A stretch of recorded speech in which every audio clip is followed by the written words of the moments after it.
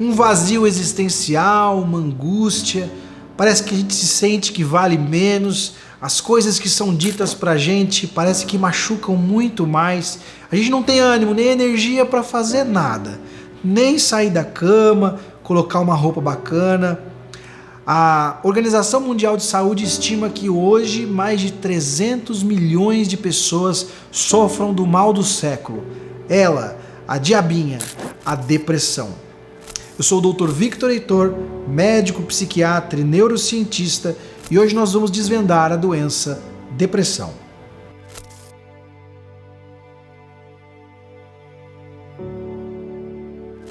Mas afinal de contas, o que é a depressão do ponto de vista científico? Existe muito preconceito, isso é doença de rico, vai carpir um lote que passa, você não está fazendo esforço para isso o suficiente, quando na verdade é a alteração ou diminuição de hormônios do prazer ou hormônios que sejam essenciais para a manutenção da saúde cerebral. Então, algumas pessoas sentem que é uma tristeza. Não necessariamente. Pode ser uma falta de energia, uma falta de desejo de fazer alguma coisa. Ninguém está bem todo dia, né? E para a gente definir o que é uma doença da depressão, que geralmente é um diagnóstico secundário associado a mais alguma coisa, e o que é eu não estou bem hoje, eu estou somente angustiado. A gente tem que observar a proporcionalidade disso. Vamos dar um exemplo. Eu estou muito triste porque a minha mãe morreu ontem. Afinal de contas, a pessoa está de luto, então ela não está em depressão. Eu estou muito triste porque o meu namorado me largou. Quanto tempo faz? 8 anos. Perceba, está desproporcional. Provavelmente por um desequilíbrio da funcionalidade desses hormônios do prazer. Não adianta só fazer esforço. É igual pedir para um diabético para que ele faça o esforço para produzir insulina, né? Tem características genéticas? Tem características genéticas, mas usando ainda o exemplo do diabético, faça de conta que a minha mãe seja diabética, mas eu sou um maratonista. Perceba que no meu ambiente e no meu comportamento eu consegui adaptar e melhorar a qualidade daquilo que me afeta, daquilo que me atinge.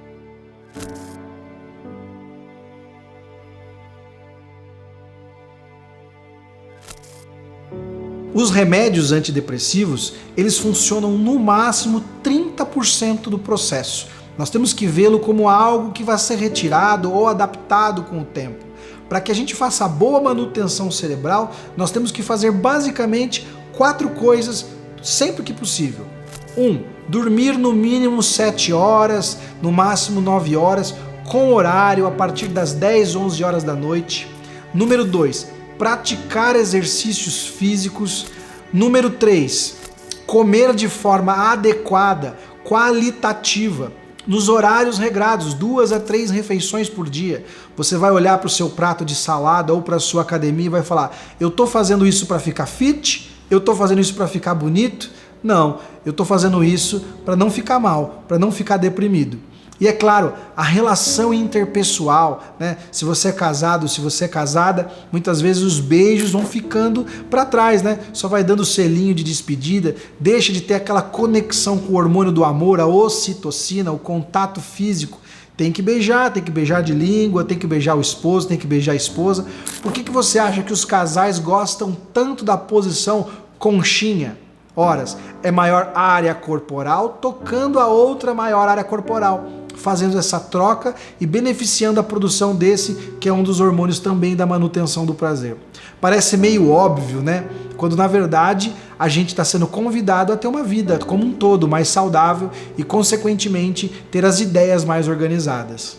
Em suma, a depressão tem uma grande relação com uma vida de desequilíbrios. O homem primitivo tinha que comer, reproduzir e buscar o seu alimento. Hoje, qual é o mais fácil? Comer. É por isso que nós temos uma população também cada vez mais obesa. Uma pessoa que está mega obesa, ela está com fome ou está doente? Uma pessoa que come uma pizza inteira, ela está com fome ou está doente? Também temos os fatores genéticos. Como eu disse, se o ambiente não favorece, a genética prevalece. Existe um estudo neurocientífico que mostra que nós temos 50% de chance ao nascer de sermos felizes. Quais são esses atributos? O que vai fazer com que a gente tenha menos casos de depressão ou menos ações autodestrutivas ou pensamentos autodestrutivos? Entender a nossa genética, combatendo ela com diagnóstico precoce e também com hábitos saudáveis. A depressão, como eu disse, geralmente é só a pontinha do iceberg. Ela pode aparecer em qualquer fase da vida, sendo predominante entre os 22 e 26 anos de idade, a primeira aparição. Ela não começa de forma súbita, ela vem vindo devagarzinho, a gente vai tolerando alguns hábitos, deixando de fazer outras coisas, até entrar num estado depressivo maior, aquela depressão que o pessoal diz que é profunda.